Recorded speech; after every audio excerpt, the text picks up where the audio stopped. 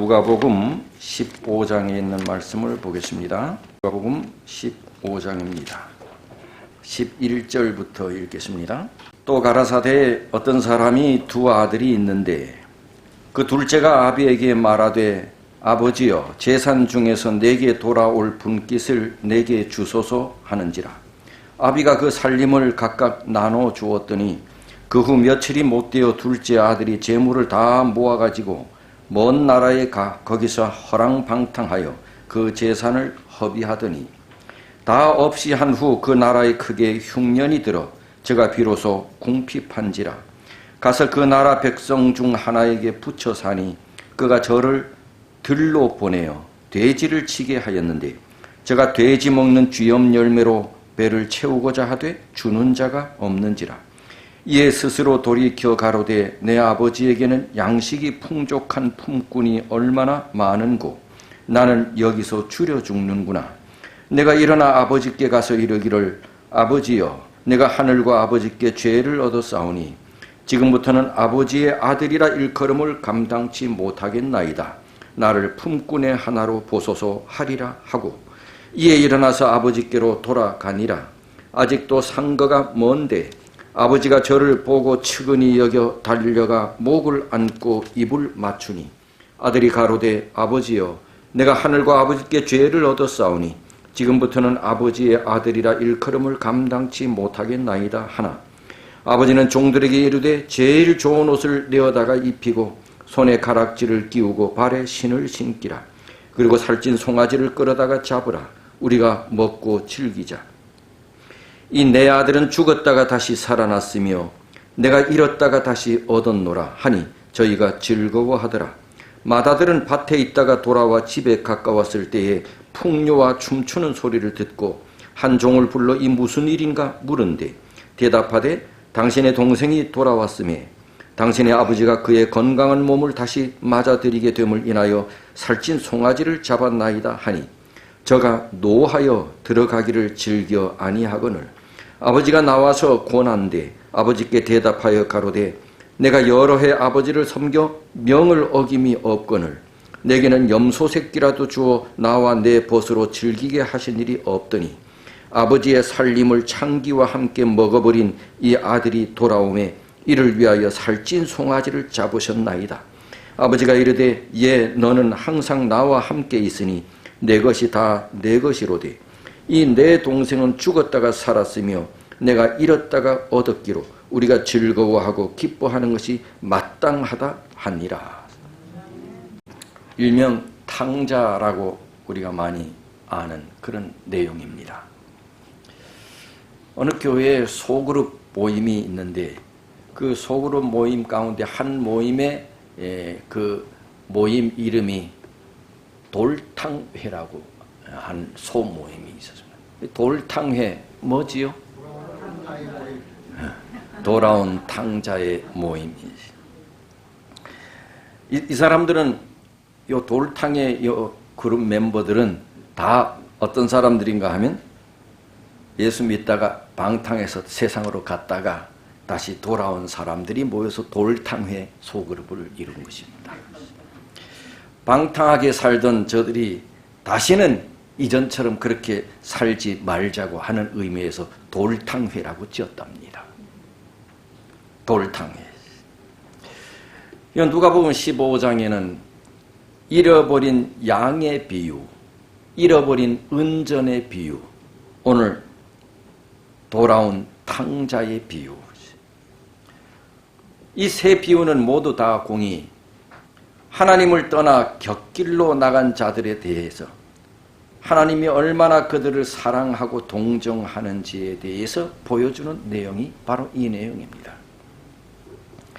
비록 그들이 하나님을 멀리 떠나갔을지라도 하나님께서는 그들을 그냥 불행하게 내버려 두시지 않고 하나님을 떠난 죄인을 어떻게 다루시는지 죄인을 다루시는 하나님의 방법, 죄인을 다루시는 하나님의 사랑, 죄인을 다루시는 하나님의 동정, 이것이 오늘의 주제인 것입니다.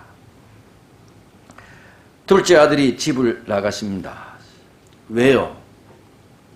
아버지가 잔소리가 너무 많다고요. 아버지가 뭐 하지 말라고 하는 제재가 너무 심하다고. 그래서 아버지 구속을 받기 싫다고 자유를 찾아서 떠난 것입니다. 자기 기분을 쫓아 살기로 선택한 것입니다. 아버지와 같이 살다 보면 자기 기분대로 살지 못하니까. 그런데 이 자식은 뭐를 요구했는가 하면 자기의 특권을 요구했습니다. 뭐를 달라고요? 아버지 돌아가시면 나에게 떨어질 뭐를 달라고요? 유산을 달라고. 원래 이 유산은 아버지가 죽으면 줘야 되게 되어 있습니다. 그런데 아버지가 이 유산을 아들에게 줬지요. 그런데 이 아들이 하나 착각한 것은 자기가 받을 특권에 대해서는 잊어먹지 않고 늘 기억했는데 자기를 여기까지 키워온 부모에 대한 의무감은 한 개도 없어. 뭐만 지금 요구하는 거야? 특권만 요구하는 것입니다. 그런데 부모에 대한 의무는 전혀 머리에 없어. 현재 낙을 누리는데 너무 열중해서 이 둘째 아들은 내일에 대한, 미래에 대한 아무런 관심이 없는 것입니다. 그래서 부모에게서 받은 유산을 가지고 먼 나라로 갔대. 왜? 그 돈 가지고 마음대로 쓰려고. 집에 같이 있으면서 돈 마음대로 쓰면 아버지가 뭐라 할 거 아닙니까? 그러니까 돈 가지고 제 마음대로 살려고. 그 먼 나라로 가면 그렇게 쓰면 안 된다. 그렇게 살면 안 된다. 이렇게 해라. 이런 잔소리 하는 아버지가 없어. 먼 나라에. 그래서 그는 먼 나라에 가서 허랑방탕하여 물쓰듯 돈을 써서 그 재물을 금방 다 날렸대. 돈은 벌기는 어려워도 쓰기는 쉽고. 언젠가 오래전에 우리 집사람이 나한테 매일 누가 당신한테 매일 100만 원씩 주면 100만 원씩 다 쓸 수 있겠느냐. 매일 100만 원을. 그때는 매일 100만 원 가지고 쓸 게 없더라고. 우리 사는 이 패턴이 있으니. 매일 100만 원씩 누가 준다면 어디다 쓰겠어요? 몇 달은 쓰겠지. 하여튼 아버지가 준 재산을 가지고 단시간 내에 금세 허랑방탕해서 재물을 허비했어. 돈이 다 떨어졌습니다. 거기다가 흉년까지 들어서 어느 집에 돼지를 키우는 돼지 먹을 양식을 그가 빌어서 먹어야 했습니다. 유대인이 가장 혐오하는 짐승이 돼지입니다. 근데 유대인은 돼지 키우는 일을 거의 안 씁니다. 예, 가장 혐오스러운 직업이니까. 그런데 이 가장 혐오스러운 돼지 키우는, 그것도 본인이 키우는 것도 아니고 돼지가 먹는 음식을 그가 먹을 수밖에 없었습니다. 그것도 실컷 좀 먹었으면 좋겠는데 돼지 먹는 것도 뭐예요? 실컷 못 먹는 것입니다. 자기 돈으로 먹고 마시고 즐거워하던, 자기가 돈이 있을 때 즐거워하던 그런 친구들 중에 자기 옆에 남아있는 친구들은 아무도 없었습니다. 돈 친구는 그렇습니다. 돈이 떨어지면 끝나는 것입니다. 그는 이제 돈도 다 떨어지고 배도 고프고 자존심도 땅에 떨어지고, 그리고 가만히 생각해 보니 자기가 노예인 것입니다. 탕자가 아버지를 떠나 먼 나라로 떠나간 것처럼 많은 사람들이 하나님을 버리고 뭔가 좀 재미와 행복을 찾으려고 합니다. 이게 죄인들의 모습입니다. 아버지 떠나면 내 마음대로 행복한 것 같습니다. 그래서 많은 사람들이 하나님 없이 살려고 합니다. 교회 다님을 하지 말라는 게 너무 많다고요. 하나님 믿으면 하지 말라는 게 많다고요. 그래서 자유와 해방을 찾고 하나님 멀리 떠나면 그것이 행복인 줄 착각하고 하나님 떠나서 행복을 찾으려고 하는 많은 사람들의 모습이 둘째 아들의 모습인 것입니다. 두 아이가 심하게 장난을 치고 놀고 있었어요. 한 아이가 도망을 가고 한 아이는 그를 쫓아가고, 그러다가 도망가던 아이가 뒤에 따라오던 아이가 가까이 따라오니 갑자기 돌아서서 자기 손에 가지고 1원짜리 동전을 쫓아오는 아이를 향해서 던졌습니다. 그런데 공교롭게도 그 동전이 쫓아오던 아이의 눈에 맞아서 그만 한쪽 눈이 실명을 당하게 됐습니다.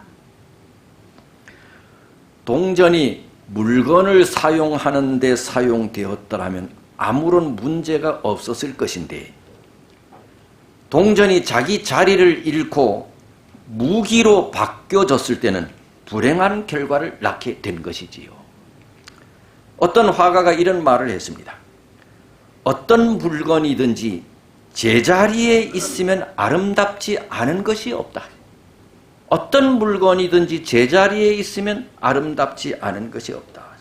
사람도 그렇습니다. 어린 갓난 아이가요, 엄마와 함께 있을 때는 참 행복하고 이쁘게 보여. 그래요, 안 그래요? 참, 나 나이가 드나마 어린 애들 보면 다 깨물어주고 싶고 이뻐. 다 이뻐. 그런데 그 갓난 아이가 혼자 있으면 행복하게 안 보입니다. 혼자 있으면 어떻게 보여요? 불안해 봅니다. 갓난아이가 혼자 있으면 불안해 보입니다. 쟤는 혼자 있으면 안 됩니다. 옆에 누가 있어야 돼? 부모가 있어야 합니다. 부모가 있어야 갓난아이가 행복해 보이고 너무 귀엽게 보이고 사랑스럽게 보이는데 제 몸도 다스리지 못하는 갓난아이가 혼자 길바닥에 놓여있으면 걔 행복하게 안 보입니다. 걔는 불안해 보입니다. 내가 보기에도 불안합니다. 부모가 부모로서의 자리를 지키지 않을 때는 가정에 문제가 생겨요. 자녀가 자녀의 자리를 잃어버리면 그때부터 가정에는 위기가 생깁니다. 성도 역시 성도로서의 자리를 지켜야 합니다. 그래야 아름답습니다.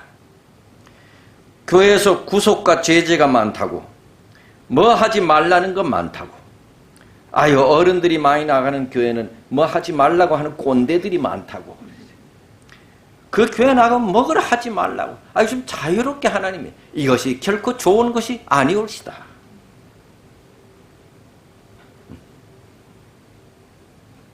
믿음도 자기 마음대로 하고 싶어, 믿음도 자기 마음대로 하는 것이 아닌 것입니다. 교회도 자기 편한 대로 이렇게 교회도 자기 편한 대로 믿는 것이 아닌 것입니다. 하나님 믿는 것에도 방법이 있습니다. 교회 생활하는 것에도 방법이 있습니다. 신앙은 내 멋대로, 내 마음대로, 내 좋은 대로 하는 것이 아니지요. 그렇게 하는 사람은 탕자가 되기 쉽습니다. 아버지를 떠나 자기만을 위해 산 탕자는 자신의 중요한 생애를 다 낭비하는 삶을 살았듯이 자기만을 중심으로 사는 모든 사람은 다 낭비하는 삶을 살게 되어 있습니다. 자기중심적이고 자기중심주의자입니다. 아니 뭐 내 마음대로 믿지 뭐 그렇게 교회가 제재하는 게 많아 이렇게. 어제 잠깐 말씀드렸듯이 엄마는 내 아이에게 뭐든지 다 해주고 싶어해.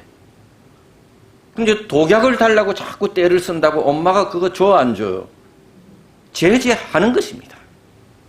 네, 그 아이를 위해서요. 하나님을 떠나가는 사람은 모두 다 재물의 종이 되나 봅니다. 아들이 후회하기 시작합니다. 자기가 당하는 고생은 자기가 선택한 어리석음의 결과임을 깨닫고는 아유 내가 살던 내 아버지 집에는 품꾼들이, 배불리 먹는 품꾼들이 얼마나 많은데 나는 여기서 줄여서 죽는구나. 내가 아버지께로 내가 가야겠다. 탕자는 그 순간 아버지 사랑을 확신하고 나를 받아줄지도 모른다는 생각에, 아마 받아들일 수도 있다는 생각으로 그는 아버지 집으로 가야겠다고 생각을 합니다. 그는 자기의 죄를 아버지께 고백해야지, 가서는 아버지 다 만나자마자 내 죄를 고백해야지, 내가 잘못했다고. 내가 하늘과 아버지께 죄를 내가 지었습니다. 그러니 지금부터는 아버지 아들이라 생각 말고 나를 뭐로 써달라고, 나를 품고, 내가 양심이 있는 놈인데 어떻게 아들로 받아달라고 하겠습니까? 나를 품꾼의 하나로 써주세요. 이렇게 내가 얘기를 해야겠다. 젊은이는 돼지떼를 버리고 자기 집을 향하여 떠납니다. 며칠 못 먹어서 허약해서 비틀거리며 먹지 못해 기진맥진한 몸으로, 입은 옷이라고는 누더기를 입은 채로 뭐 하나 가리면 좋은데 그것도 없습니다. 본래 아들이었는데 종의 신분을 얻으려고 아버지 집으로 가는 것입니다. 아들은 아버지를 많이 몰랐습니다. 자기가 아버지 집을 떠날 때 아버지가 당하는 마음의 고통과 떠나는 자식에 대한 연민과 고통을 몰랐습니다. 그가 아버지가 준 돈을 가지고 허랑방탕해서 동무들과 춤추고 술 먹고 마시고 하는 순간에 집에서 자기 때문에 당하는 아버지의 우울함에 대해서 몰랐습니다. 피곤하고 지친 발을 끌다시피 하면서 아버지 집으로 가고 있을 때 아버지가 자기를 돌아오기만을 기다리고 있다고 하는 사실도 몰랐습니다. 아직 거리가 먼데 자기 아버지는 자기를 알아보았는데 자기는 아버지를 알아보지 못했어요. 그럼에도 불구하고 아버지는 자기를 알아보고 있다는 사실도 몰랐습니다. 아들은 아버지를 너무 몰랐습니다.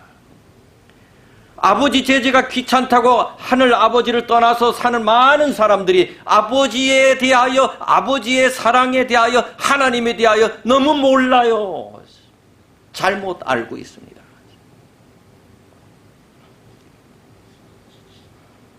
여러 해 동안의 죄된 생애로 초췌했을지라도 아버지는 멀리서도 아들을 금방 알아보았습니다.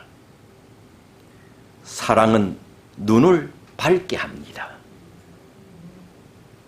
사랑은 눈을 밝게 합니다.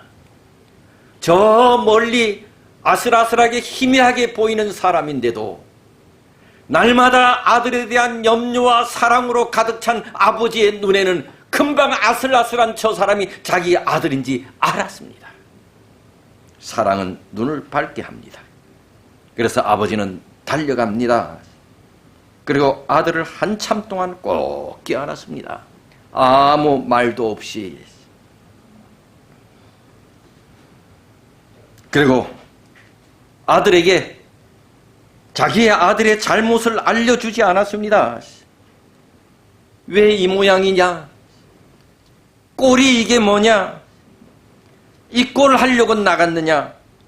한마디도 성경에 기록되지 않았습니다. 한마디도 그의 자잘못에 대해서 얘기하지 않았습니다. 사랑은 그냥 받아들이는 것입니다. 사랑은 그냥 용서하고 받아들이는 것입니다. 그러면 그 가운데서 자기의 잘못을 그냥 알게 되는 것이지요. 얼른 자기가 걸친 외투로 아들의 남루한 옷을 덮어줬습니다. 비유에는 탕자의 잘못을 견책하거나 자기 아들의 잘못에 대하여 조소하는 장면이 전혀 기록되지 않습니다.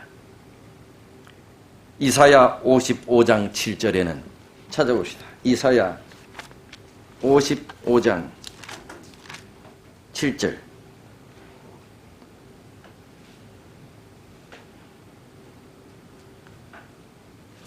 이사야 55장 7절. 다 같이 읽어보십시다. 시작. 악인은 그 길을, 불의한 자는 그 생각을 버리고 여호와께로 돌아오라. 그리하면 그가 긍휼히 여기시리라. 우리 하나님께로 나오라. 그가 널리 용서하시리라. 여호와 하나님께로 돌아가면 그냥 하나님께서는 그저 긍휼히 여기시고 그를 받아주신다는 것입니다. 너가 지금까지 왜 그렇게 살았느냐? 내 꼴이 이게 뭐냐? 나를 떠나더니 고작 이거냐? 한마디도 말씀하시지 아니하고 여호와 하나님 당신께 돌아오기만 하면 하나님께서 그냥 긍휼히 여기신다는 것입니다. 실물교훈 206쪽에 기도가 입술에서 떨어지기도 전에, 마음의 소원이 알려지기도 전에 그리스도께로부터 온 은혜가 인간의 마음에 역사하는 은혜를 만나기 위해 나온다. 예? 뭐예요? 우리 기도가 입술에서 떨어지기도 전에, 우리가 하나님께 내 소원을 알리기도 전에 하나님께서는 당신의 은혜로, 당신의 은혜가 우리를 향하여 쫓아 나온다. 쫓아 나온다. 이 하나님의 은혜와 사랑이, 하나님의 은혜와 사랑은 언제나 우리보다 앞선다는 말이지요. 우리가 기도드리기 전에, 우리의 소원을 하나님 아버지께 알리기 전에 하나님은 은혜를 가지고 우리에게 달려오신다고. 아들이 말합니다. 아버지, 내가 하늘과 아버지께 죄를 많이 지었네요. 내가 아버지의 아들이라고 감당치 못하겠어요. 그래서 아버지는 듣는 둥 마는 둥입니다. 그리고 얼른 아들을 데리고 집으로 데리고 옵니다. 그래서 아들은 내가 아버지 만나면 이런 말을 해야 되겠다. 나를 아버지의 품꾼으로 써주세요. 이 말도 제대로 못한 것입니다. 그 말을 아버지께 할 기회를 아버지께서 주시지 않는 것입니다. 집으로 데리고 온 아버지는 얼른 종들을 불러서 새 옷 가져오게 하고 잔치를 준비하게 하고, 이 내 아들은 죽었다가 찾은 아들이 돌아왔다고. 사랑은 자기 잘못을 얘기해 주지 않고 그를 자기 아들처럼 대우해 주는 것이 사랑이나 봅니다. 그렇게 아버지는 아들을 사랑해 줬습니다. 사랑은 대우해 주는 것입니다. 내가 집사님을 사랑해. 근데 내가 집사님을 늘 깔봐. 이건 사랑이 아닌 것입니다. 아버지께 우리는 모두가 죄인입니다. 그런데 하나님께서는 나를 죄인으로 보지 않고 당신의 아들로 대우해 준다는 것입니다. 이것이 사랑인 것입니다. 내가 장로님을 사랑해. 그러면서 장로님을 우습게 보고 장로님이 저기밖에 안 돼. 이런 생각을 가지고 있다면 내가 장로님을 사랑하는 것이 아니라는 것입니다. 사랑은 대우해 주는 것입니다. 그가 잘못했다 할지라도 그를 대우해 주는 것이 사랑이에요. 이것이 하나님께서 우리를 사랑하시는 사랑인 것입니다. 아들은 자기 부친을 엄격하고 가혹한 사람으로 지금까지 생각했어요. 사탄에게 속임을 당한 모든 인간들이 다 하나님 아버지를 그렇게 생각하고 있습니다. 하나님은 가혹한 분이라고. 하나님의 율법은 인간의 행복을 가로막는 것이라고. 어떻게 하나님의 율법 고지고대로 지킬 수가 있느냐고. 너무 사람의 행복을 가로막는 것이라고. 믿기만 하면 구원받는다고. 그렇게 까다롭게 믿을 필요가 없다고. 이거 다 누가 하는 거예요? 사탄이가 하는 것이죠.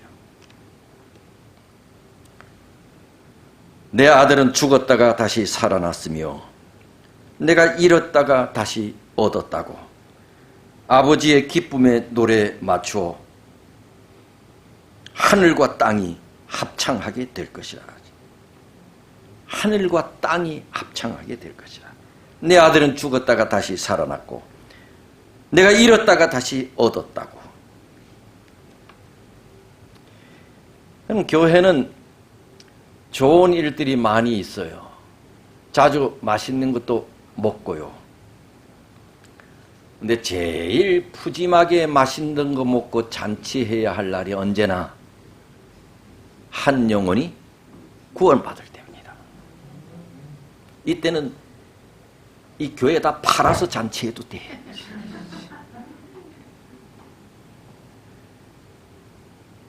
근데 그런 거 없고 우리끼리 잔치를 많이 하는 경우가 많아.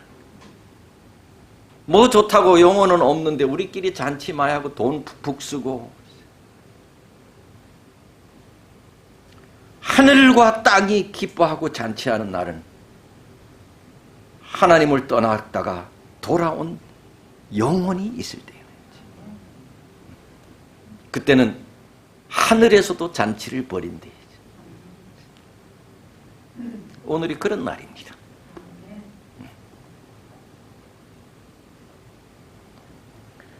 옛날에는 교회들이 째째하기도 했어. 뭐 침례 영혼을 받으면 선물을 뭘 줄까?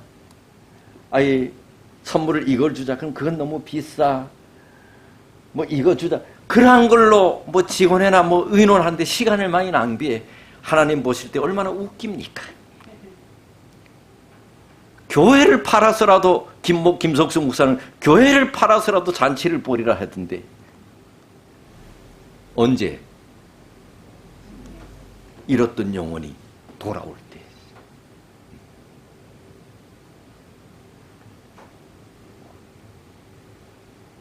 이러한 기쁨이 교회에 자주 있으면 좋죠. 그래서 초대교회는 사실 영혼이 생기면 그때그때마다 데리고 나가 침례 줬습니다. 지금은 우리는 뭐예요? 침례 날짜 다 정하고 우리같이 좀 이 가난한 교회들은 뭐 침례탕이 없어가지고 남의 교회 침례탕 좀 빌려주세요. 우리가 메시아 아유 우리는 그때 뭐가 있어서 안 돼요. 그러면 아 그래요. 또 다른 교회 해가지고 침례탕 좀 이런 일이 없으면 초대교회는 영혼이 생겼다. 그럼 바로 데리고 나가 침례 주고 있어요. 그러니 초대교회 당시에는 하늘에 날마다 잔치가 벌어졌을 것 같아.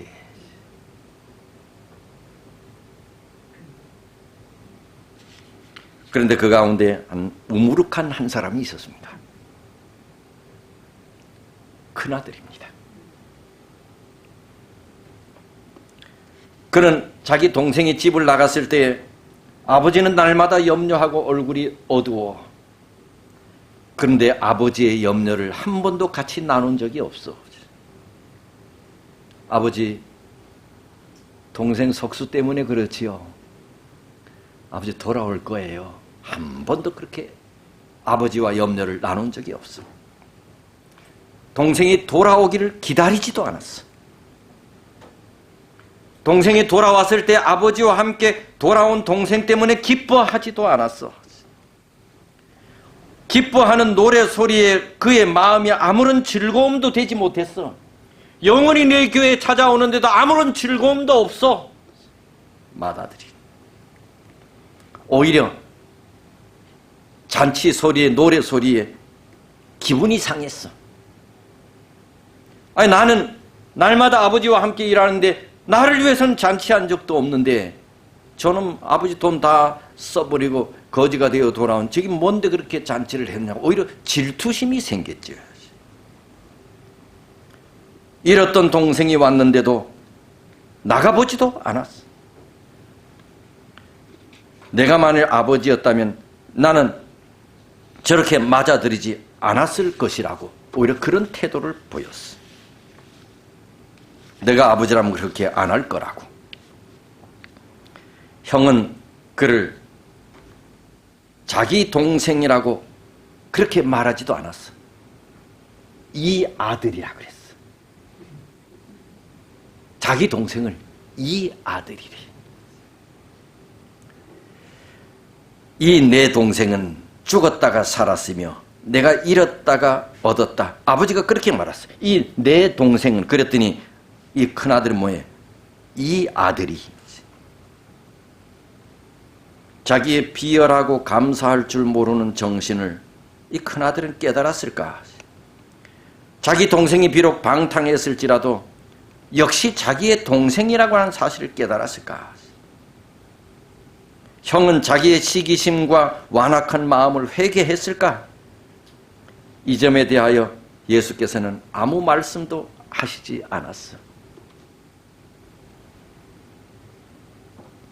잃어버린 영혼들에 대한 관심이 없는 교인은 맏아들인 것입니다.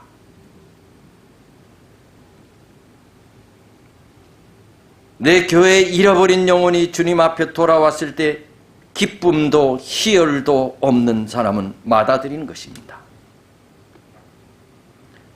큰아들처럼 교회 일 잘 하면서도 맏아들이 될 수 있습니다.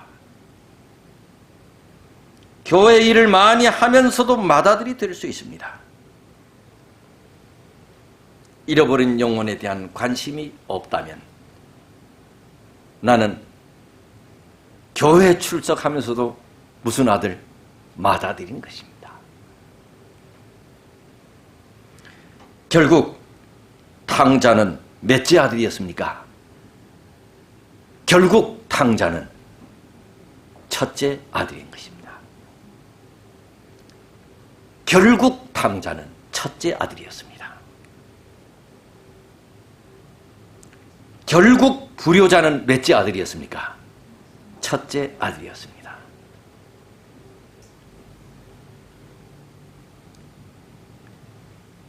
여러분은 둘째 아들입니까? 첫째 아들입니까? 우리는 한때 둘째 아들이었습니다. 나 때문에 하나님과 하늘이 얼마나 기뻐했던 적이 있었는지 모릅니다. 우리가 주님께 돌아왔을 때,